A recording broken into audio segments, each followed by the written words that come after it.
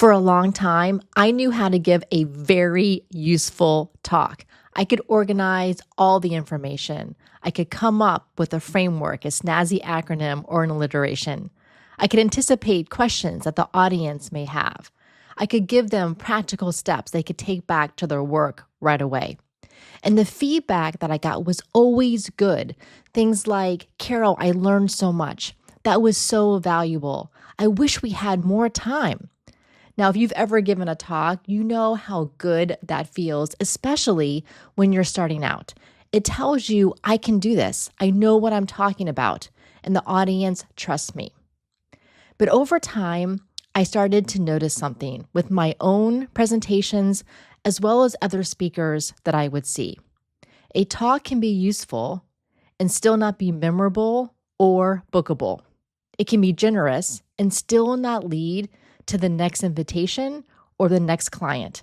It can prove that you know your material and still leave people unclear about what you stand for or how they can understand themselves better.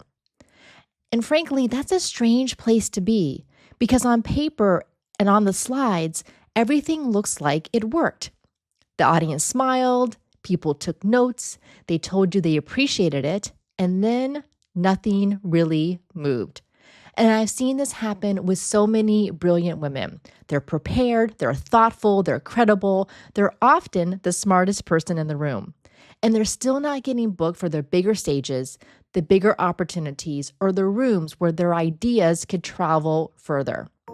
And it's not because they need more expertise. It's because they're caught in what I call the expert trap. That's what we're talking about today.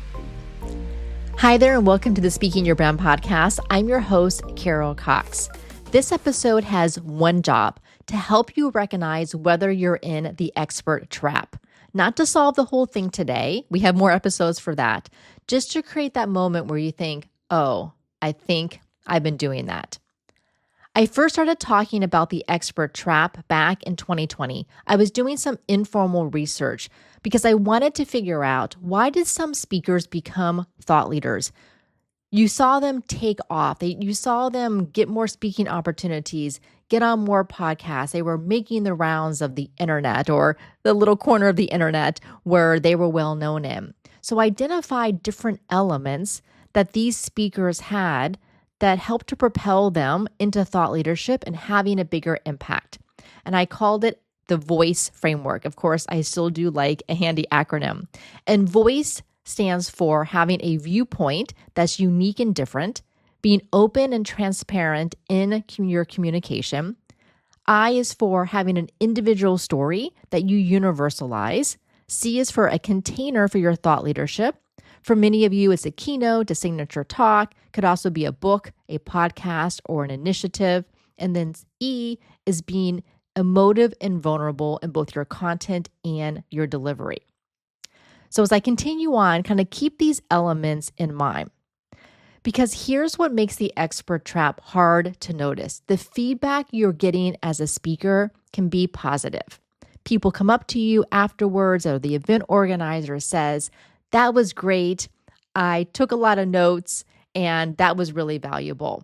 And that's not necessarily bad feedback. I've gotten that many times. But that this was so valuable feedback does not necessarily mean I'll remember your central idea next week, much less next month. I learned so much does not mean I now see myself, my work, or this problem differently. You really know your stuff does not necessarily mean I need you on our stage. It may simply mean that you gave the audience good information. But ask yourself this: if someone recommended your talk tomorrow, what would they say about it? Would they say, "She gave us a lot of great tips," or "She helped me see something I hadn't been able to see before"? That's the difference. Helpful content gets people nodding. Thought leadership gets people recognizing themselves. So what is the expert trap? The expert trap is what happens when your expertise becomes the place you hide. Now, I am not anti-expertise at all. Please keep your expertise. Your clients need it in the work that you do with them, and your audience should trust that you know what you're talking about. Your expertise is the foundation, but at some point, expertise can become your armor. And for many women, expertise is how we learn to stay safe in rooms where we were often underestimated or questioned or expected to prove ourselves. So, of course, we over-prepared and we over-deliver. And we think, let me add one more side, one more example, just in case. Let me give you 3 signs that you may be in the expert trap. Sign number 1 is that you're trying to transfer your expertise instead of your perspective. You bring the worksheet, the framework, the client example, the checklist, and again, none of this is wrong, and this is what makes it so tricky. The problem is that the audience can't find the one idea they're supposed to carry with them. So ask yourself, am I trying to teach people how to do what I do? Or am I helping them see what I see? Sign number 2, you may be in your expert trap, is your talk has information, but not a clear through line. It's like your audience is walking through the storage room of your expertise, and there are shelves everywhere. Your frameworks, your client stories, your research, and your audience follows you as you pull down the boxes and say, oh, you should see this too. And oh, let's dig through this box. I know there was some good stuff in here. And some of those things may be helpful, but your audience is trying to also figure out how to navigate the hallways and how to figure out where to go next.